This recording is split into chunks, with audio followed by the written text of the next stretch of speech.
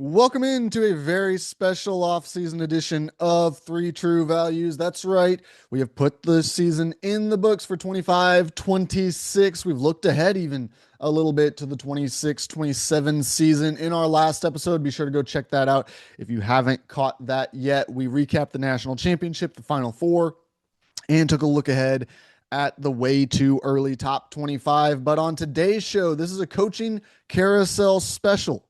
You're not going to want to miss it. We are talking through the big hirings and firings that have gone on across college basketball.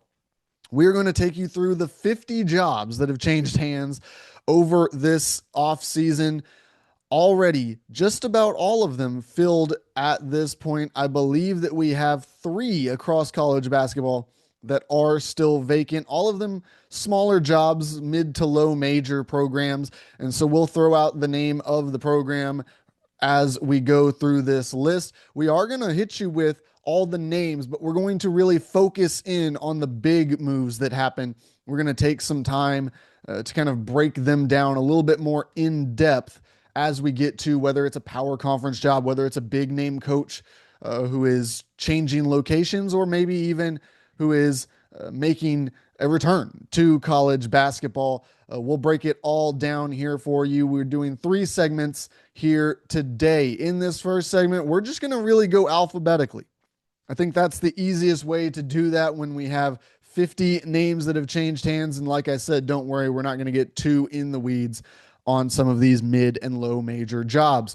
We'll start with Air Force, which of course had a change in leadership. Joe Crispin comes in to be the head coach there. Akron, after losing their head coach in a little bit of a surprise move. We'll talk about him a little bit later on, but they hired Dustin Ford to fill that role. Alabama State, one of those few schools that does not have a head coach yet. And we take our first pause to break things down with Arizona State and Randy Bennett, who makes his way over from St. Mary's after a long tenure with the Gales, a program that very few thought he would ever leave. But Arizona State runs down the contract with Bobby Hurley. He heads out the door after the last few seasons just not able to get things up to the standard that they were hoping. He made some big swings in the portal. He overhauled the roster a couple of times, and it just didn't quite get to where he wanted it to get to. Unfortunate to see him out of the head coaching ranks this season. But they bring in Randy Bennett, somebody who has ties to the area, who has ties to Arizona State. And it's a big get for Arizona State. I think his international connections are well known between Australia and the European route. He was hitting that market, tapping into those resources long before it became the popular thing to do in college basketball, before it became kind of the easy way to fill out your roster the way that some of these coaches have. And so he has those connections. He understands how to use that pipeline. And now to boast a bigger brand in Arizona State, a brand that has gone out and made some noise, been able to get some 5-star prospects through the door in recent memory, able to get some transfers to make their way into the Big 12 there. I think that he's got every opportunity now to flip this thing, get it back into an NCAA tournament caliber roster quickly for the Sun Devils. Of course, the big part of this story that we have to mention, though, is why he left St. Mary's. And he hasn't gone super in depth personally and spoken about it, but I think it's pretty easy to draw the parallels here. Gonzaga is leaving the West Coast Conference. They are headed to the new look Pac-12. Mark Few and his group are kind of saying goodbye to St. Mary's, putting them in the rearview mirror. And as we know, for St. Mary's, building up into a perennial NCAA tournament team, one of the big sources there was the boost in strength that their schedule got by playing Gonzaga 2, 3, sometimes up to 4 times in the course of a season. To be able to play them twice in the regular season and in the conference tournament was a big boost for Randy Bennett and that group. Now losing that, you're really staring it down, a one bid league in the West Coast Conference. Going to be a lot harder, not to mention the fact that Santa Clara has built up some momentum, that San Francisco in recent years has kind of entered the mix as a potential team to watch in that conference. And so things weren't just going to be the same that St. Mary's had experienced in recent memory. Felt like it was a not a death blow by any means, because again, it's still a one bid league. They still had a path to make the NCAA tournament, but a real point of contention. They had to figure things out at St. Mary's. And Randy Bennett looks around that conference, looks around that situation, and decides that his best move is to head home, to go to Arizona State and to be the head coach there. So, going to be really interesting to see how St. Mary's does rebound from this loss of their longtime head coach. Ball State also changing coaches. They go with Chris Kapko from SMU. So that staff will have to rebuild. Belmont changes leadership after their head coach moves on. Evan Brad's a guy with some NBA experience, a former Belmont player. Going to be interesting to see how he kind of turns that program around or not turns it around. Belmont's been doing great, but is able to continue the success and take them to another level.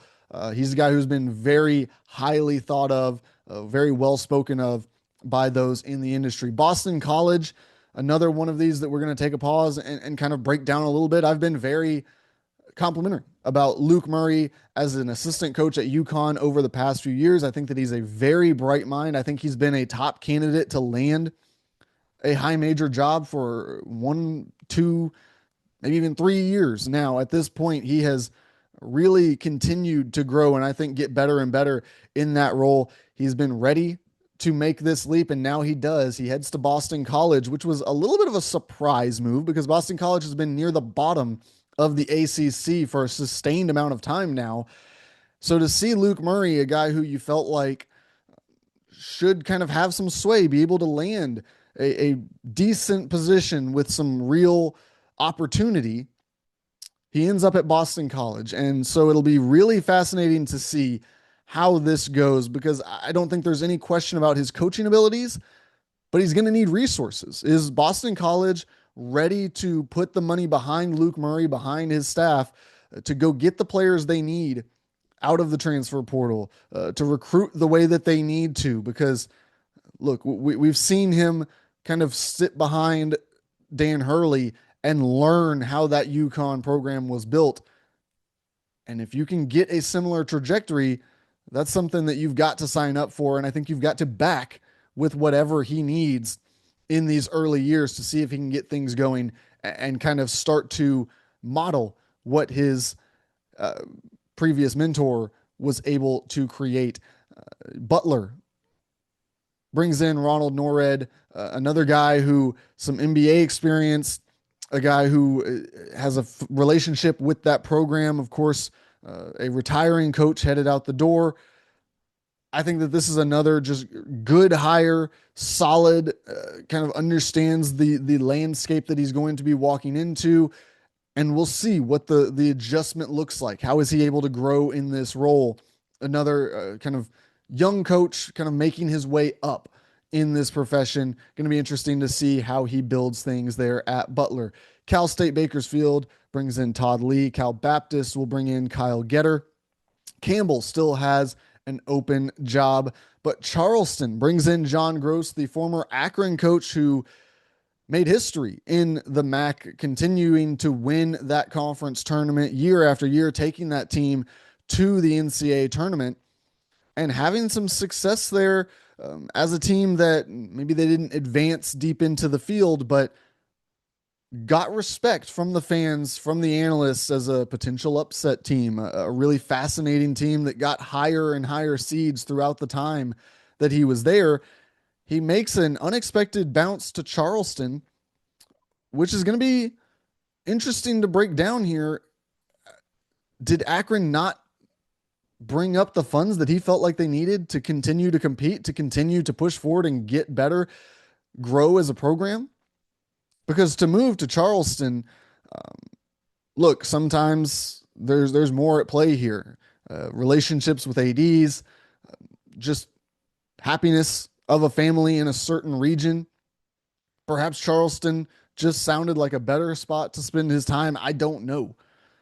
But it was a very eyebrow raising move to leave a place that you've had so much success for a new challenge in a conference that I'm not sure is a better conference. They're probably comparable in a lot of ways, but I definitely don't think it was a step up in conference.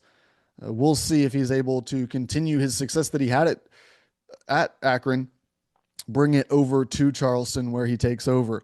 Charlotte brings in Wes Miller, the former Cincinnati coach, and that, of course, happens because Cincinnati hires Jared Calhoun. We'll talk about these kind of in tandem here as they're right next to each other. Wes Miller on the way out at Cincinnati.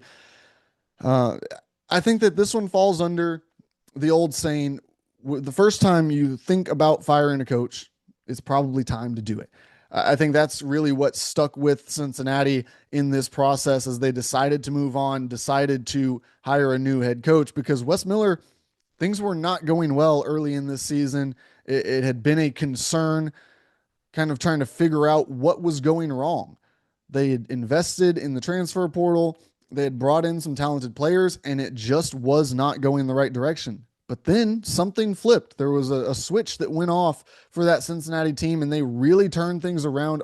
Didn't make it into the NCAA tournament, but made a real, legitimate late push to try to get into that mix. Weren't ultimately able to do it, and I think that's at the end of the day why you see Wes Miller now coaching at Charlotte. He takes a little bit of a step down, goes back to his roots in North Carolina, and I think that he will be able to create at least some success there at Charlotte and build that program up and be able to try to rehabilitate his image for some of these bigger jobs down the road. He's still a very talented coach, I think, just hasn't been able to break through and get that NCAA tournament win, hasn't been able to find that postseason success that he would like to this point. Cincinnati, of course, replaces him with Jared Calhoun, who comes in from Utah State, that pipeline alive and well. Utah State continues to just churn out coaches to bigger schools. Cincinnati is the latest to go down this path. Jared Calhoun, an interesting hire here. His teams have had real success there at Utah State. We'll see how he comes into Cincinnati and competes in a conference where he doesn't have the most resources. You know, at Utah State, I don't know if they're number one in that category, but they're near the top. They are really a well-oiled machine in the Mountain West. You come into Cincinnati, which I think has done some good things, has shown some signs of investment, but they're just not invested at the same level as some of these top teams, Arizona, Kansas, Iowa State, and these teams that are at the top of the standings year in and year out that are competing for national titles right now. So Cincinnati has a bridge to gap to try to get into the conversation with those programs here under Jared Calhoun. Creighton, of course, promotes Alan Huss, who made an interesting move just in recent years to go from High Point head coach, where he had success, to head coach in waiting at Creighton. Of course, Greg McDermott steps down, enters a retirement of sorts. We'll see if he's completely done coaching here over the next couple of years or if he gets that itch to rejoin the coaching ranks, but he's done at Creighton as the head coach. Alan Huss steps into that role, a guy who not going to create as many headlines, I think, because he took that head coach in waiting position, but who was a hot name at High Point. I think that taking time to understand, which he already did because he was previously an assistant at Creighton, but kind of get his feet under him, understand who he needs to be talking to, how he needs to manage this, what the budget is going to be, having that experience, waiting in the wings at Creighton. I think that he's got every opportunity to be successful here over the next few years. Dartmouth brings in Brett McConnell. Eastern Michigan brings in Billy Donlin to be their next head coach. And we will take a break here. We're kind of at the third of the way point in these coaching hires. We have plenty more that we're going to break down in depth here in this second and third segment. So stick with us right here on Three True Values.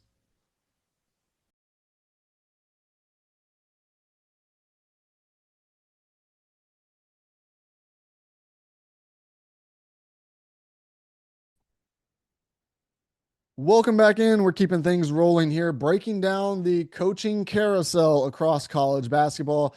We've had some big hires across the sport. We're going alphabetically, just reminding you who has gotten jobs here and there. And then we're pausing on these bigger jobs to kind of break it down, talk a little bit more in depth about these hires. FIU is where we stand in the alphabetical order, and they bring in Joey Cantons. Georgia State brings in John Crimmins. Georgia Tech, another one that we're going to talk about here. Scott Cross from Troy will be the next head coach. Had real success at Troy over the last couple of seasons. This season in particular had some really talented players who are now in the transfer portal. So we'll see if he's able to land one or two of those guys, bring them to the next level of college basketball. Of course, we saw Ben McCollum do that with his Drake team at Iowa. They made a run deep into the NCAA tournament.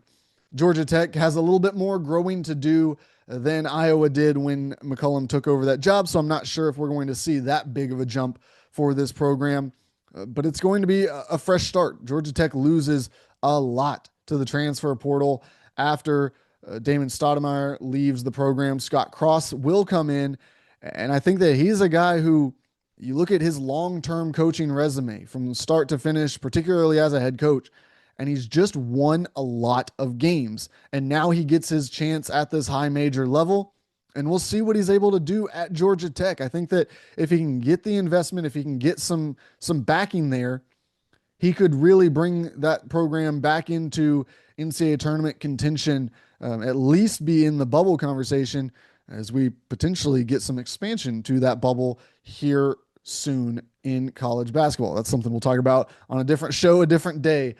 Jackson State brings in Trey Johnson. Kansas City hired Mark Turgeon, the former Maryland coach. That one, a fascinating hire that was announced very early in this cycle, one of the first jobs to pop. And I still, even though I've had the most time to digest it, I'm not entirely sure what to make of it. Turgeon, of course, left Maryland, now resurfaces for Kansas City.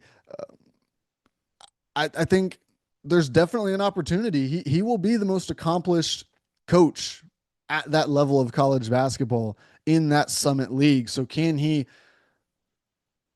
then get whatever backing he needs? Obviously, it's less about NIL at that level. Maybe that's why he decided he wanted to coach at that level rather than the big name programs where you're going to have a check behind it if you're going to succeed. Lamar brings in Jordan Fee. Little Rock with another return to coaching. Travis Ford is headed in the door there. He will be the head coach at Little Rock. Very interesting hire. One to definitely watch in the Ohio Valley, similar to Mark Turgeon there at Kansas City. Louisiana Monroe brings in Ryan Cross, and this is the big one. This is what we're ready to talk about. We've got a little sequence here. LSU has poached Will Wade back. He returns to the Tigers after, of course, FBI investigations, show causes from the NCAA disrupted his first tenure with the Tigers. He had great success there early, brought in some big time recruits, was able to make some NCAA tournament runs, and then things started to get a little sideways. And what we subsequently learned, and this is what I think is important about Will Wade's resume that I preached while he was at McNeese, when he got the job at NC State, and I'll say it again now that he's back in here at LSU. He had great success at VCU, great success at LSU early. And there is a direct correlation between when his results started to drop off and when the FBI started wiretapping and investigating his program. You look at Sean Miller's success at Arizona. It's the same thing. It was this upward trajectory and suddenly it fell off. We have found out that was because the FBI was investigating. They were pretty much put on freeze, weren't able to do a lot of the things that they were doing. And so for LSU, yes, to have gone through a down period, that makes sense. He gets to McNeese and he's right back to instant success. NC State, it wasn't as successful as he would have liked in year one. I think that maybe is part of why he so quickly jumped back to LSU. Of course, LSU hired a lot of the same people who gave him his shot back at McNeese, brought him back into the college basketball coaching realm. So makes the decision a little bit easier. I also think that this being Will Wade, it's very on brand. He really enjoyed his time at LSU. He didn't enjoy some of the people who made the decision to get rid of him. Those people are all gone. More people that he likes have come through the door again. He can go in there and, thanks to Lane Kiffin's hiring, not be the center of attention. He can fly under the radar a little bit more. NC State, yes, gave him an opportunity, but the chance to go back where he loved it so much and redeem himself, it just was too appealing for him. And he's the type of head coach that would make that move. And that's what LSU has quite a bit of there in their program now. Lane Kiffin, the same or a similar situation, somewhere that he was loved, that really invested in him, gave him his shot, and he just couldn't turn down the brand of LSU, couldn't turn down that opportunity, the attention that came with that. So now Lane Kiffin and Will Wade both coaching at the same school there. Mississippi Valley State, still a vacant job, but NC State having to replace Will Wade. Obviously some hurt feelings there, but they get the buyout from Will Wade leaving after just 1 year. They decide to go out and hire Justin Gainey, a guy who is familiar with the program. Of course, an alumni there. He has a long history coaching under Rick Barnes at Tennessee. And so while dipping to the assistant ranks is never a guarantee, this one, it feels like a pretty solid hire for NC State. It feels like they've got some momentum under this one. And I think one of the big things that we're going to see, at least early in his tenure, is that NC State did not have to pay a buyout for Justin Gainey. And so all that money that they got from the Will Wade buyout can go straight into the investment for that program. They're going to be able to back Justin Gainey in a big way here through the revenue sharing, through investments into the program. It's going to be really fascinating to see the kind of roster Justin Gainey can build in year one at NC State. North Carolina, this is the big one. We've talked about this one over the past couple of days. Really hard not to talk about it on Tuesday's show, as it was the big news that was out and around. Everyone was speaking about it. Michael Malone, former Denver Nuggets coach, worked for 1 year at ESPN analyzing the NBA. Now he's going to be the North Carolina coach. He makes the move to college basketball. I think there's so much to unpack in this one. We could really take a whole show and do it. But what I do want to make sure that we talk about with Michael Malone at North Carolina is that he is one of the best tacticians in the sport. Forget what level, high school, college, NBA, international. He is one of the best X's and O's guys that you're going to find out there, and that's going to give him a leg up. You enter this new NIL era where I think that he does have some experience. Yes, it's new to be talking to college kids, to be trying to manage different things that are going on around the game of basketball. But at the end of the day, he has been in a locker room where one guy is making 50 million and another guy is making 1 million. And so he can manage a group where the star player has a big NIL paycheck, arrives in a sports car, and the guy at the end of the bench, he's showing up in an old beater. He doesn't have really anything coming in NIL wise, maybe a little bit of revenue sharing that's helping him out. So he's going to be able to manage those dynamics at North Carolina very well, I do believe. I think that he's going to hit the transfer portal. I think he's going to hit the international market very well. And we'll see what he does with the high school ranks, because one of his big gripes when he was in the NBA was the desire of front office to play young players. We've seen him kind of get into it with GMs with the Kings, with the Nuggets throughout his coaching tenure in the NBA. But his relationship with the GM at North Carolina, very different, where the owner and GM kind of work in tandem and the coach gets a filter down effect in the NBA. The college game is very different. The head coach has the relationship with the athletic director, and they funnel into the general manager. So I think Michael Malone is going to get his opportunity to show he can build a roster. What he's probably always wanted to do in the NBA, felt like he could assemble a group that could win championships. Now he gets to do that in the college game. There's still a lot for him to learn. He's even admitted as much in his introductory press conference. But I think that the base is there. The investment is going to come from North Carolina. And so there's no reason to think this is going to fail until we identify a flaw. And so we're going to get into the offseason. If things go horribly in the transfer portal, we will point out his lack of experience recruiting players. If things early in the season seem like they're a mess in some way, we will point out his lack of experience in college basketball. But until those things come, it's hard to pick apart who is one of the most accomplished coaches we have now in college basketball. Not many can say they won a championship at any level. Michael Malone did it at the highest level, coaching an MVP candidate with the Nuggets. I think that it's an unconventional hire. It's a hire that we're going to have to take time to evaluate. You can't really give a grade on this hire, but it's one that's worth making. It's one that's worth continuing to follow to find out if he can have great success there. Northern Illinois brings in Matt Maxzak. I'm sorry if I mispronounced that one. Northern Iowa promotes Kyle Green to the head coaching job. Oregon State brings in Justin Joyner, a Michigan assistant, obviously coming off of a national championship. Anytime you can get somebody through the door who has recruited at that level, I think it's good for your program. I have questions about Oregon State. Are they going to be able to invest at the level that they need to?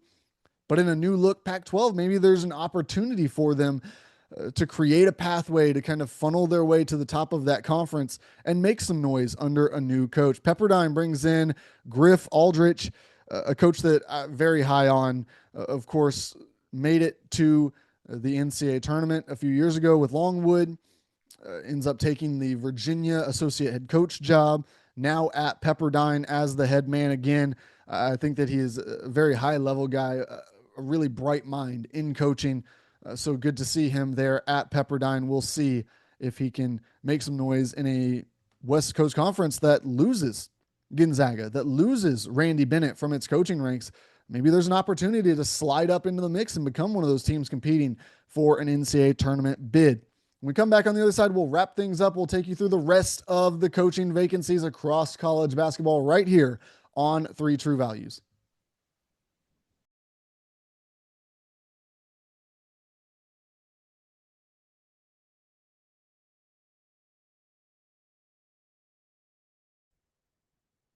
Welcome back in here as we wrap up today's show. We're taking you through the coaching carousel from start to finish.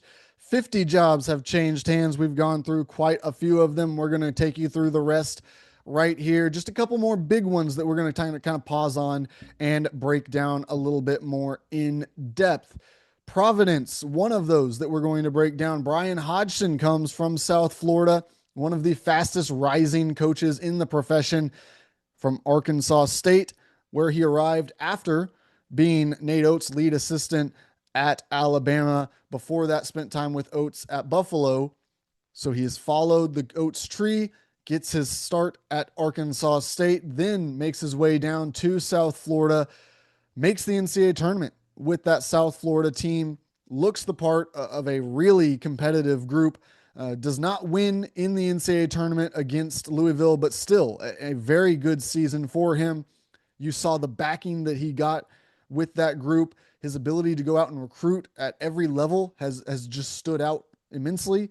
He knows how to play the game, whether it's the transfer portal, whether it's tapping into recruiting pipelines. He has found ways to help build great rosters wherever he has been. Rosters that rank at the top of his conference everywhere that he has been. So big investment by Providence to go out and land him. He was mentioned for the Syracuse job as well, turned that one down and ends up coming to Providence, which means that Providence very likely made a big offer because South Florida also was in the mix. They wanted to retain him. They weren't able to. So We don't know the exact details on what Providence has promised to invest into this roster over the next few years, but I would imagine that Brian Hodgson is going to have the ability to at least put this team into NCAA tournament contention with the roster he will be able to build. We'll see as he continues to build his resume as one of the hottest coaching names in college basketball. Is Providence prepared to retain him if things go well in these first couple of seasons, when some of these premier programs, the Blue Bloods, could come knocking at his door very soon if he continues this kind of upward trajectory. If he can get back to the NCAA tournament, if he can start to put together wins in the NCAA tournament, I think he's going to be a name that you continue to hear for bigger and bigger jobs mentioned. Providence is going to want to hold on to him, though, of course, if he is able to get things headed in that direction. St. Bonaventures, of course, Adrian Wojnarowski working as their GM. Mike McDonald is the hire, and a guy with a lot of experience. We'll see him come in. What can he do in that conference? Can they get the money behind him to make a run in that A10 and get into NCAA tournament contention? A two-bid league this year. So there is a pathway to make it happen.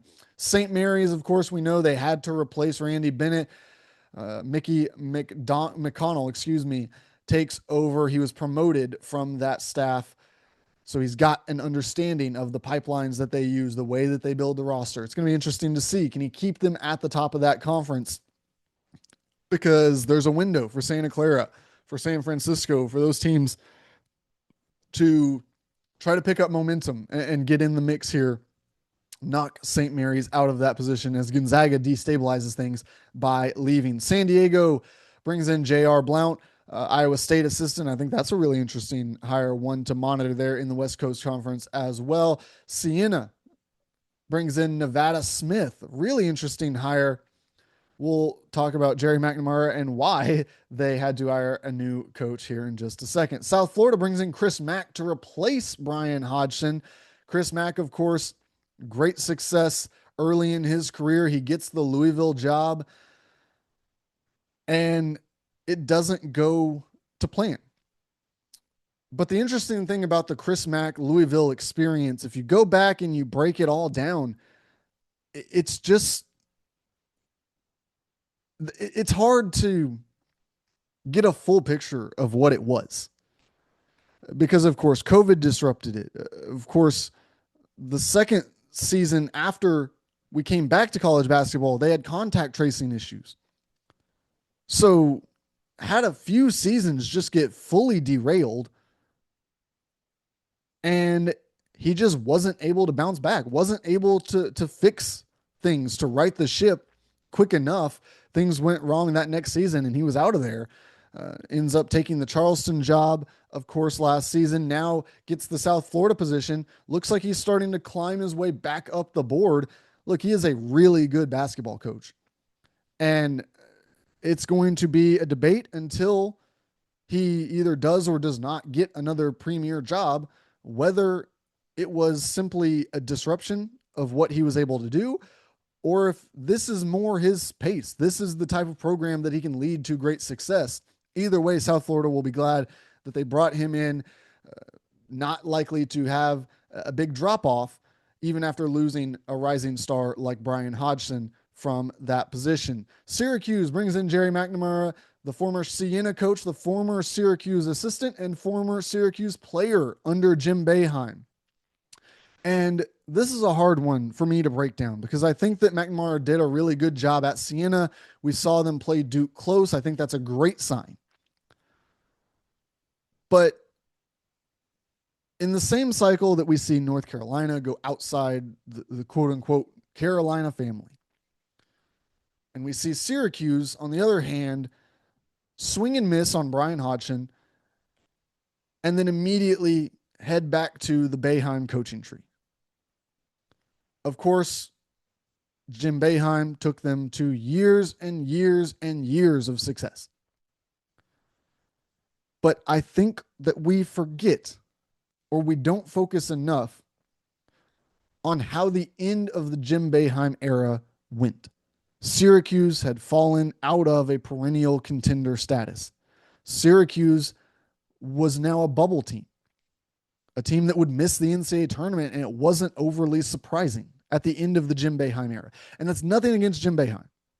The game was starting to change. We were seeing coaches leave left and right. He was among them. He was a coach in a different era. He survived many eras of college basketball. This NIL one, with his age, with everything that surrounds it, it just wasn't the right fit.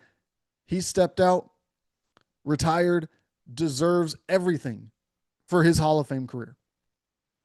But Syracuse, rather than do a full search and try to find the best candidate in college basketball to take that job, they went straight to Red Autry, who was, of course, endorsed by Jim Boeheim heading out the door.